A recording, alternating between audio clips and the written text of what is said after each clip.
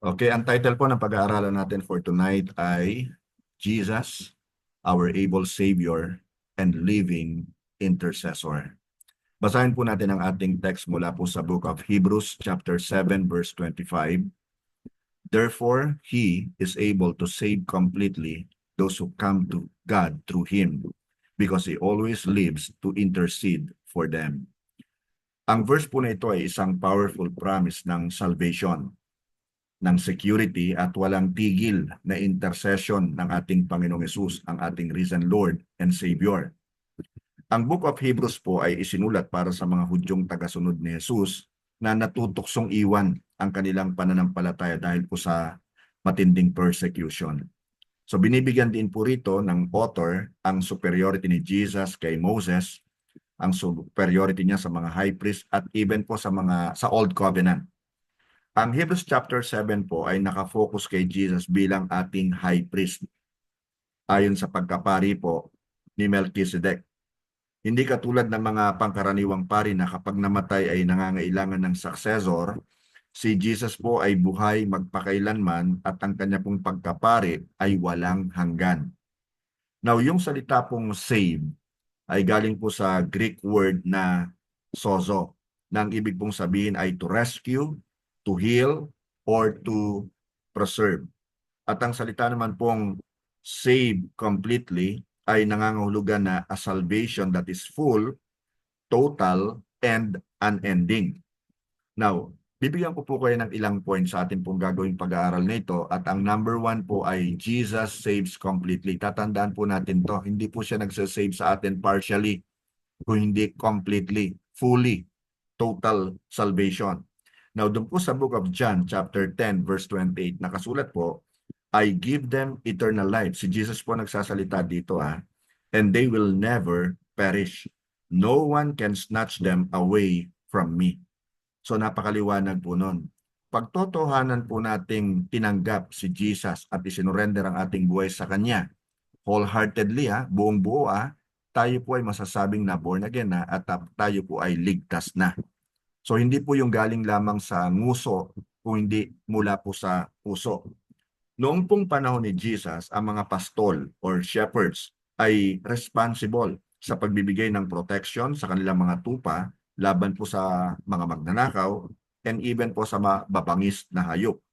Ngayon naman, si Jesus bilang atin pong good shepherd ay naggagarantiya sa ating walang hanggang kaligtasan. So imagine mo for example, no, na dumive ka sa isang swimming pool, na akala mo mababaw, yung pala'y malalim. Hindi ka naman talaga marunong lumangoy. Nang makita ka ng lifeguard na kakawag-kawag, dumive siya at iniligtas ka. Now, hindi mo iniligtas ang iyong sarili. Iniligtas ka ng lifeguard. Si John Piper naman po ay nagsabi, and I quote, God is most glorified in us when we are most satisfied in Him. You see, when we trust Jesus to save us fully, we glorify Him fully. Kapag lubos po tayong nagtiwala, hindi sa sarili po nating kakayanan o pagsisikap, hindi sa sarili nating kabutihan, kundi tanging kay Kristo lamang, siya po ang naluluwalhati.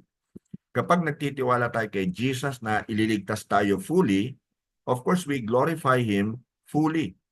Sa tuwing nagtitiwala tayo sa finished work ni Jesus, sa kanyang buhay, sa kanyang kamatayan, at sa kanyang muling pagkabuhay, idinideclare naman po natin sa buong mundo na si Jesus ay higit pa sa sapat, that He is more than enough. Now, ang greatest act of worship ay hindi po sa pamamagitan ng pag-awit lamang sa Panginoon. Ito po ay isang buhay na nagsasabi, Panginoong Hesus, buong buo po akong nagtitiwala sa inyo. Mas nasisiyahan po tayo sa Panginoong Hesus, mas nagliliwanag ang ating buhay sa glory ng kanyang grace at saka ng kanyang truth. So wag na po natin sanang dagdagan pa ang finished work ni Jesus.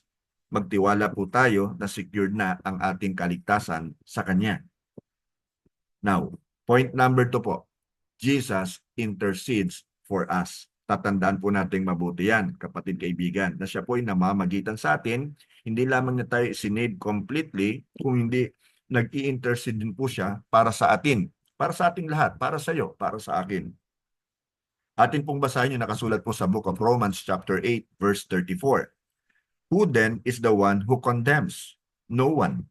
Christ Jesus who died, more than that, who was raised to life, is at the right hand of God and is also interceding for us. Ang role po ng priest ay mag-intercede o mamagitan sa pagitan ng Diyos at ng tao. Ito po ang role na ginagampanan ngayon ni Jesus sa langit. Now, think of a lawyer passionately defending his client. Si Jesus po ay para nating abogado na nasa kanan ng Ama. Hindi po siya humihingi ng awa, ngunit bilang isang anak na tinityak ang hustisyang makakamit natin ayon po sa kanyang finished work. Ang sabi nga po ni Charles Stanley, and I quote, Jesus is standing before the throne and he calls your name. He reminds the Father of his blood that paid for you. Ito po ang buhay na katotohanan ng kasalukuyang ministry ni Jesus para sa iyo at para sa akin. Si Jesus po ang ating great high priest ay katabi ng Ama, nasa kanang bahagi ng Ama. At sa tuwing inaakusahan po tayo ni Satanas, ang accuser of the brethren, itinuturo naman po ni Jesus ang kanyang sacrifice. Itinuturo niya ang kanyang dugo at ang kanyang finished work sa cross. Nang sabihin po ni Charles Stanley, he calls your name, binibigyang diin niya kung gaano kapersonal si Jesus bilang ating tagapagligtas. Now, nakasulat po sa Book of Isaiah, chapter 43, verse 1b, do not be afraid, for I have ransomed you. I have called you by name. You are mine. Kapatid kaibigan, kilalang kilala ka ng Panginoong Hesus. Mahal na mahal ka na niya. At nag-i-intercede siya para sa iyo, maging sa sandaling ito. Ginagawa niya talaga ito dahil mahal na mahal ka niya. Huwag mo itong kaliligtaan dahil hindi ka niya nalilimutan. Hindi ka niya iiwan, hindi ka niya pababayaan. Kapag nakaramdam ka ng condemnation, tandaan mo, si Jesus ang abogado mo at siya'y nag-i-intercede para sa iyo. At wala pa siyang kasong natalo. Now, third point, Jesus' salvation is available to all. At naman pong basahin na nakasulat sa Book of John, chapter 6, verse 37. However, those the Father has given me will come to me, and I will never reject them. Noong una pong panahon, actually hindi po basta pwedeng lapitan ng hari. Ngunit si Jesus, ang hari ng mga hari, tinatanggap niya po ang lahat ng lumalapit sa kanya. Wala pong lumapit sa kanya ng totohanan na kanya pong itinaboy. Gaano man kalaki ang kasalanan mo, gaano man ito karami, kapag totohanan kang lumapit kay Jesus at humingi ng tawad, tsak na patatawarin ka without a doubt. Naalala ko tuloy yung magnanakaw na kasama ni Jesus na nakapako sa krus. Remember, may dalawang magnanakaw siyang kasamang nakapako, yung isa nasa kaliwa at yung isa nasa kanan. Yung isa, nililibak siya. Pero yung isa naman, na-realize niya actually yung kasalanang nagawa niya at alam niyang guilty siya at dapat lang talaga siyang mamatay sa pamamagitan ng pagkakapako sa krus. Pero na-realize niya rin na itong si Jesus ay walang kasalanan. Blameless talaga at hindi siya dapat maparusahan. Pero tinanggap ni Jesus ang lahat ng pagpaparusa. Kaya nga po, dun sa Book of Luke, na bago ang kanyang pananaw, chapter 23 verses 42 to 43, nakasulat, ang sabi po ng magnanakaw, Jesus, remember me when you come into your kingdom. Sa verse 43, and Jesus replied, I assure you, today you will be with me in paradise. Now, point number 4 po, yung response natin. At ito po ay repent and trust in Christ. Basahin po natin ang Acts chapter 3 verse 19. Now repent of your sins and turn to God so that our sins may be wiped away. To repent po means to change one's mind and direction. So, ang repentance ay hindi lamang po pagsasabi ng sorry yan, di ba? Napakadaling magsabi ng sorry. Pero sa totoo lamang, deep inside your heart ba, talagang nagsosorry ka o hindi? So, ang repentance po ay pagtalikod talaga sa kasalanan at paglapit po sa Diyos. Repentance actually is a U-turn of the soul. Meron po akong nabasa na sinabi po ni A.W. Tozer, and I quote, the church, tayo po yun ha, must never surrender its high calling to preach repentance. So dapat po na ipipreach talaga ito sa church na kinabibilangan po natin. Yung value, yung importance po ng repentance. Ito po isang powerful at necessary reminder para sa atin ngayon. Okay?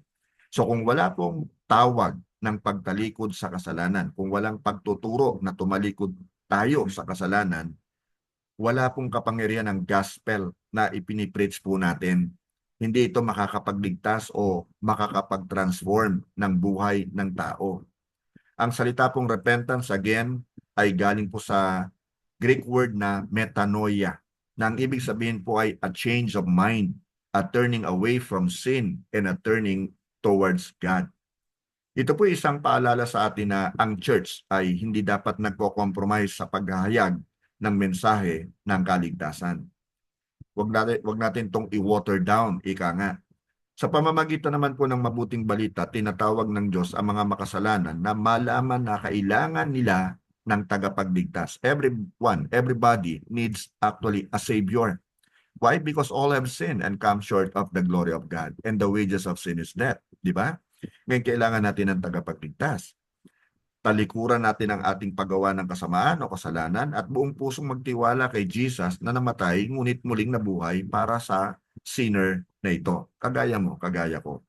Maging bold nawa ang bawat isa sa atin. Maging tapat nawa tayo sa paghahayag ng mabuting balita. Hindi lamang para maniwala ang nakikinig, kundi ultimately magrepent po sila at manampalataya sila kay Jesus upang sila nga po'y maligtas. Kailangan nilang isuko yung buhay nila na hindi na yung kalooban nila ang masusunod, kundi kalooban na talaga ng Diyos na nagligtas sa kanila. So kapatid kaibigan, always remember this, Jesus Christ, siya po ay 100% God at 100% human. He lived a perfect life we could not live. Inako niyang lahat ang ating mga kasalanan sa cross. Siya po ay namatay at muling nabuhay at nagtagumpay laban sa kamatayan at kasalanan. At tanging sa pamamagitan niya lamang po natin makakamtan ang kapatawaran, buhay na walang hanggan, at pakikipagkasundo o reconciliation with God. So trust in Jesus who saves completely. Walk in the confidence that Christ intercedes for you. Proclaim this good news to others. Napakahalaga po nito. Kailangan po maging ministers of reconciliation tayo. Kailangan po maging tagapamagitan tayo in prayer. Ano po? Para yung mga walang tunay na relasyon kay Jesus ay magkaroon talaga ng isang genuine relationship with Him, na maging kabahagi na rin sila ng kanila pong o ng pamilya po ng ating Panginoon. Now, may you be filled with the joy of salvation, kapatid, the confidence of Christ's intercession, and the boldness to live for His glory alone. Amen. So nawa po meron po tayong natutunan sa atin pong maikling pinag-aralan.